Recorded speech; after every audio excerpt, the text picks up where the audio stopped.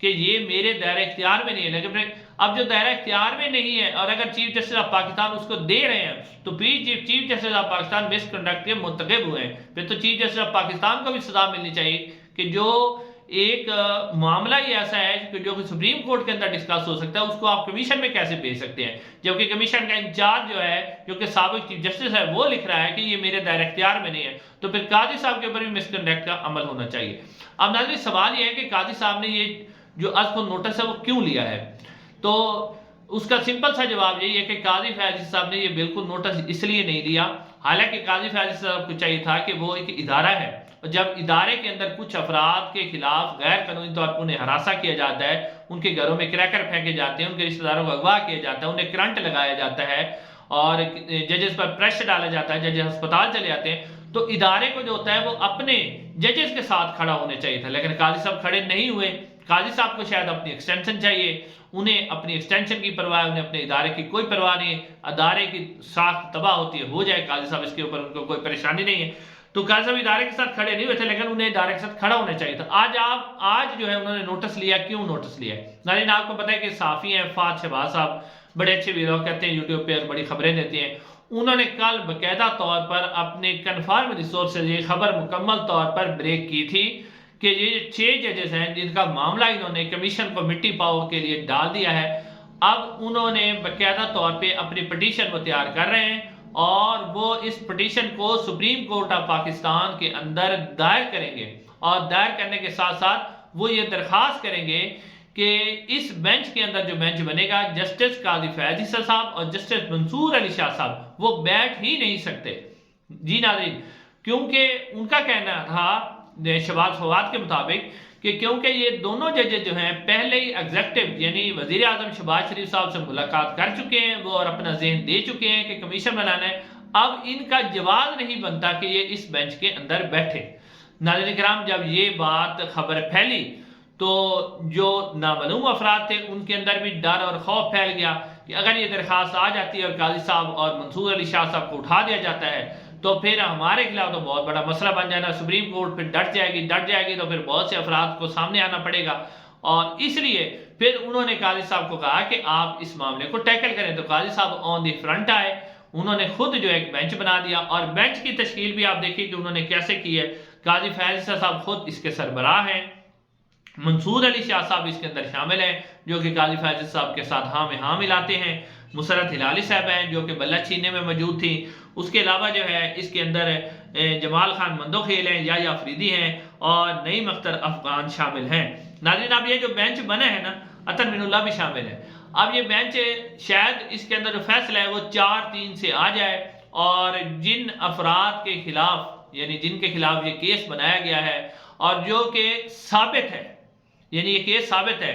جو ججز نے خط لکھا ہے اس خط کے اندر وہ لکھتے ہیں کہ ہم نے چیف جسٹس اسلام آباد عامر فاروق صاحب کو بتایا کہ ہمارے فیصلوں میں ISI کے افراد جو ہیں یا افسران ہیں وہ مداخلت کر رہے ہیں، تو چیف جسٹس عامر فاروق صاحب نے ہمیں جواب دیا کہ میں نے ISI کے DGC فیصل نصیر صاحب سے، میجر جنرل فیصل نصیر سے بات کر لی ہے، انہوں نے کہا ہے کہ آئندہ نہیں ہوگا۔ جی ہاں، اگر جسٹس عامر فاروق صاحب نے کہا ہے کہ مداخلت ہو رہی تھی تو اس کا تو ثبوت موجود ہے کہ جسٹس عامر فاروق صاحب خود گواہی دے رہے ہیں کہ جی وہ کہہ رہے ہیں کہ اب پہلے ہوتا رہے اب نہیں ہوگا۔ اس کے اوپر ججز نے پھر لکھا کہ جسٹس عامر فاروق نے ہمیں یقین دلانے کروائی تھی اب نہیں ہوگا، لیکن آج تک ہو رہا ہے۔ اب یہ بات مکمل طور پر جب واضح ہو گئی کہ اگر بینچ بنتا ہے تو مداخلت تو ثابت ہو جائے گی، تو قاضی صاحب فرنٹ پہ ہے، انہوں نے یہ بینچ بنا دیا۔ اب بینچ کی جو تشکیل ہے اس میں نہ تو جسٹس عائشہ ملک صاحبہ کو رکھا گیا ہے، نہ منیب اختر کو رکھا گیا ہے، ان کو اس سے پہلے جو کراچی اور کوئٹہ رجسٹری میں بھیج دیا گیا تھا، شاید انہوں نے بینچ اب کہا گیا کہ وہ اویلیبل نہیں ہے، جو اویلیبل جج تھے وہ انہیں بنایا گیا ہے۔ تو اب یہ سارا کچھ اس لیے کیا جا رہا ہے، قاضی صاحب کی طرف سے اس کو نوٹس لے لیا گیا ہے، خود اس بینچ کے اندر وہ موجود ہیں، منصور علی شاہ صاحب موجود ہیں، مندوخیل صاحب موجود ہیں، اور اس کے علاوہ جو ہے اب یہ جو مسرت ہلالی صاحبہ موجود ہے، تو اب اس بینچ کے اندر لگ یہ رہا ہے کہ یہ بینچ 4-3 سے جن افراد کے خلاف الزام ہے بلکہ ثابت ہو چکا ہے نامعلوم افراد، ان کو یہ کلیئر کر دے گا اور اس معاملے کو رفع دفع کر دے گا۔ لیکن جو خبر یہ آ رہی ہے کہ جو 6 ججز ہیں وہ اپنی بات پر قائم ہیں، وہ کہتے ہیں کہ ہم اپنی پٹیشن ضرور دائر کریں گے، اور اپنی پٹیشن دائر کرنے کے ساتھ ساتھ جو ہے وہ کہیں گے کہ قاضی فیض صاحب کیونکہ اپنا مائنڈ ڈسکلوز کر چکے ہیں، قاضی فیض صاحب کمیشن بنا چکے ہیں، تو قاضی فیض صاحب اس بینچ میں نہ بیٹھیں۔ اور کوئی کہہ رہا ہے کہ اس کے اوپر ہم فل کورٹ بنوائیں گے، اس کے اوپر وکلا بھی ڈٹے ہوئے ہیں، پاکستان تحریک انصاف کے وکلا بھی ڈٹے ہوئے ہیں کہ ہم نے بھی اس کے اندر فریق بننا ہے، اور ہم بھی اس کے اندر فریق بنیں گے، اور ہم پوری جو ایک مکمل طور پر فل کورٹ بنوائیں گے، یا پھر اس کے اندر قاضی فیض صاحب کو موجود نہیں ہوگی، قاضی فیض صاحب کے بعد سماعت ہوگی۔ اگر کسی طرح سے بھی قاضی فیض صاحب اس بینچ سے نکل جاتے ہیں اور کوئی اور جج ان کی جگہ اس بینچ کے اندر شامل ہوتا جاتا ہے، یا اس کی تعداد کو بڑھا لیا جاتا ہے، تو یہ معاملہ بہت ہی سینسٹیو صورتحال اختیار کر جائے گا، کیونکہ ناظرین یہ جو فیصلہ ہوگا اس کے اوپر ہی عدالت جو ہے وہ اپنا ایک اعتماد کھڑا کر سکے گی۔ اگر عدالت اپنے ہی انصاف نہیں کر سکے تو عوام کو کیسے انصاف کرے گی؟ عوام کا جو اعتماد عدالتوں پر وہ بالکل ختم ہو جائے گا۔ اب ناظرین کچھ صحافی کہہ رہے تھے کہ کس طرح جو 5ویں نمبر پر 6 نمبر پر آرمی ہے، 137 نمبر والی جو عدلیہ ہے وہ کیسے اس سے سوال کر سکتی ہے؟ یہ کل جو ایک صحافی ہیں، ٹاؤٹ صحافی ہیں، وہ یہ بات کر رہے تھے، حالانکہ انہیں یہ بات سمجھنی چاہیے تھی کہ یہ جو 137 نمبر پر ہماری عدلیہ گئی ہے وہ اس 6 نمبر کی وجہ سے گئی ہے کہ اس 6 نمبر نے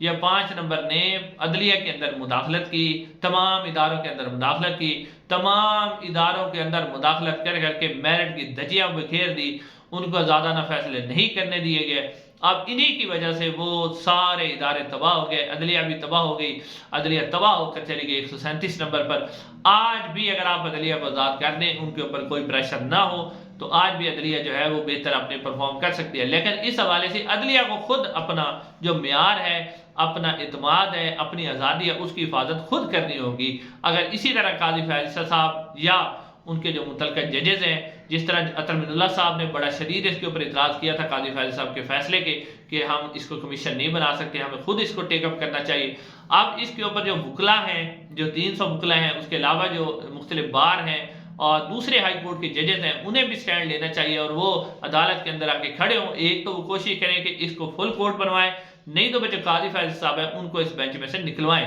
اگر قاضی فیض صاحب اس بینچ میں سے نکل جاتے ہیں تو اس کا کوئی نہ کوئی نتیجہ نکل سکتا ہے، ادروائز تو بس یہی فیصلہ آنا ہے 4-3 سے